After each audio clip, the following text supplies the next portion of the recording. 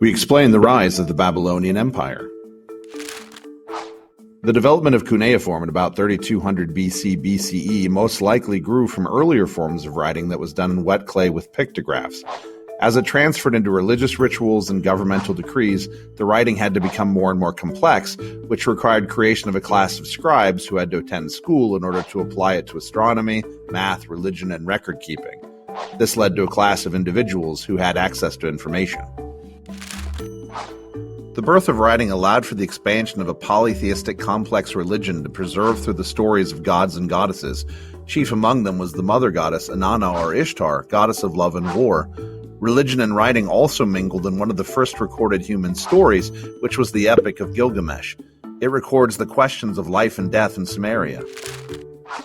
The epic poem, written out in cuneiform, paints a picture of Sumerian beliefs in divine right and the religious nature of the river. It also shows the underworld and the belief in the afterlife.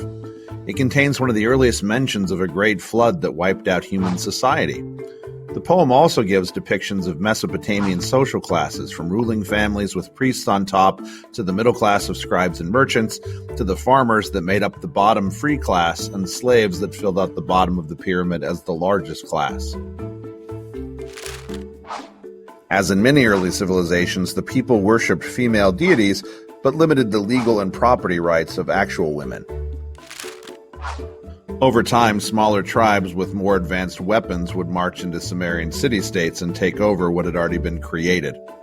They brought their own ideas, of course, but they also strengthened the notions that were already in progress. At the same time, they absorbed Sumerian social classes, agriculture, writing, religion, economics, and trading patterns. One of these first invading groups was called the Akkadians. They were led by a ruler named Sargon, who ended up combining the Sumerian city-states into the world's first empire in 2300 BC BCE. A short time later, a sustained drought broke his empire and led to one invasion after another, all modeled on Sargon's invasion. One of the most successful conquests came from a group known as the Amorites, or the Babylonians, led by a king named Hammurabi. Hammurabi's Babylonians advanced Mesopotamia into development in the fields of astronomy and math.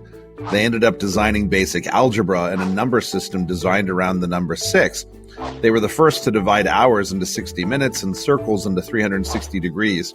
They designed accurate calendars based on the movements of the stars, the moon, and the planets in order to prepare themselves for seasonal changes on the river.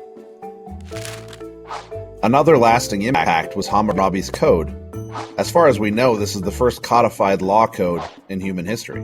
It recorded 282 Sumerian laws that established legal principles for Babylonians to live by. The code got broken into two parts. One was civil law, which looked at property rights, finance, slavery, marriage, and divorce, but there was also a criminal code that dealt with murder and theft. It was also important because it set limits on governmental control while protecting divine right and a system of justice. Eye for an eye is probably the most well-known section, although it was set up by class. Hammurabi also built public works projects and strengthened the military.